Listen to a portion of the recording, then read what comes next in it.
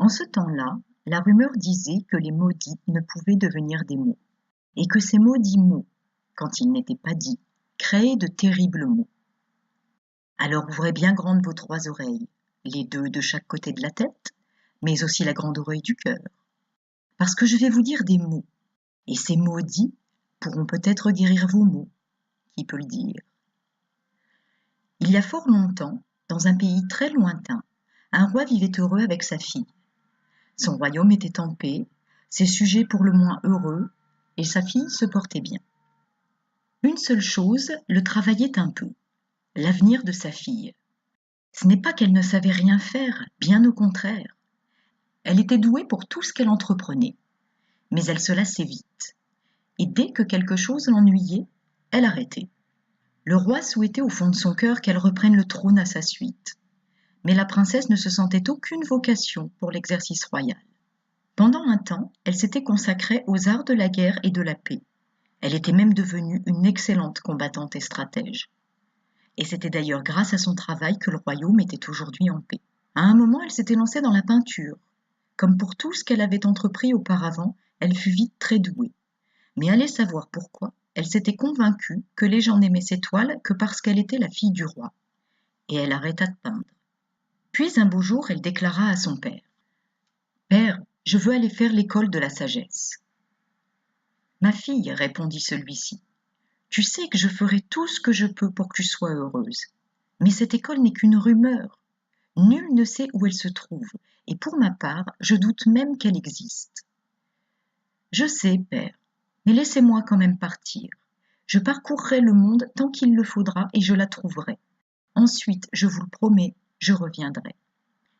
Dans le pays, beaucoup de monde avait entendu parler de cette école, mais nul n'avait d'informations sérieuses. Personne ne pouvait dire combien de temps duraient les études.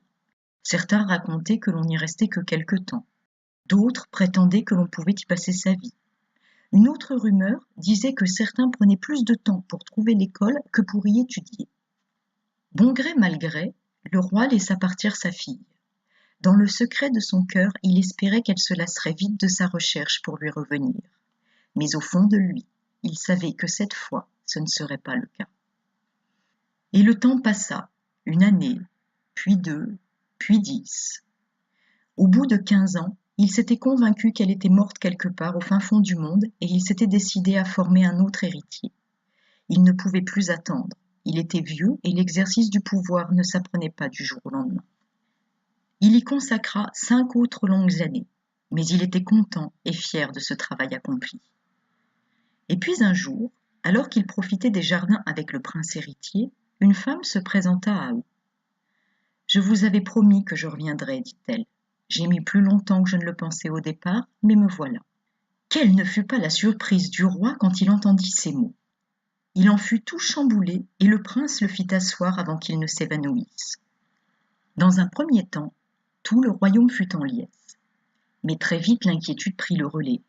Le peuple s'était fait à l'idée du nouvel héritier et il l'appréciait beaucoup. Et la princesse, certes, elle était la fille du roi, mais il ne la connaissait plus. Et elle était partie depuis tellement longtemps qu'elle ne les connaissait sans doute plus non plus. Ils furent bien vite rassurés. La princesse n'avait pas l'intention de prendre la place de l'héritier. Simplement, s'il était d'accord, elle le conseillerait, le faisant profiter de ce qu'elle avait appris durant toutes ces années. Le vieux roi était comblé. Il était fier des progrès de son héritier, sa fille semblait avoir trouvé sa voie et son peuple était heureux. Tout était pour le mieux. Les années passèrent et le vieux roi vint à mourir. Bien que tous furent profondément attristés par cet événement, la paix n'en fut pas troublée pour autant.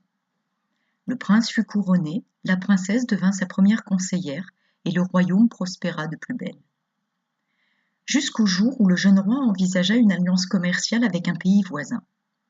Il pensait sincèrement que cela serait profitable pour les 2 royaumes et ce nouveau partenariat l'enthousiasmait au plus haut point. Sa conseillère plus prudente tint d'abord à se renseigner avant d'agir. Mais malgré toutes les informations qu'elle put lui amener, le roi signa cet accord. Et s'en fut fini de la paix et de la prospérité pour le pays. La conseillère se mit immédiatement à l'œuvre pour trouver des solutions. Mais le jeune roi refusait d'écouter ce qu'elle lui préconisait et s'enferrait dans des décisions plus désastreuses les unes que les autres. Enfin, ce n'est pas tout à fait exact. Il l'écoutait, et même très sérieusement. Il la remerciait de ses avis toujours réfléchis et judicieux. Et quand il agissait, il avait l'impression de mettre en œuvre ses avis. Et pourtant, inexplicablement, il faisait autre chose. Elle était désemparée. Elle se rendait bien compte qu'il était de bonne foi. Il pensait sincèrement avoir compris ce qu'elle lui disait. Et il était de bonne foi dans ses actions. Il pensait sincèrement faire au mieux pour son peuple. Mais le peuple était de plus en plus malheureux et la guerre civile couvait. Parfois, elle avait envie de lui hurler d'ouvrir les yeux, de simplement regarder autour de lui et de constater la misère dans laquelle se trouvait ce peuple jadis si heureux. Et alors qu'elle était proche de céder à son impulsion et aller secouer violemment ce roi qui semblait être devenu aveugle et sourd en plus d'idiot, elle se souvint de la dernière leçon de son maître. À l'époque, il lui avait dit « Cette dernière leçon, tu ne la comprendras et tu ne l'intégreras vraiment que lorsque tu seras retourné dans le monde et que tu auras mis ta sagesse au service des autres. Néanmoins, il est essentiel que je t'en parle. Ce chemin que tu parcours, tu peux le voir comme un gigantesque escalier. Au pied de l'escalier, il y a énormément de monde. Certains sont très proches des premières marches et d'autres en sont tellement éloignés qu'ils ignorent même l'existence de cet escalier.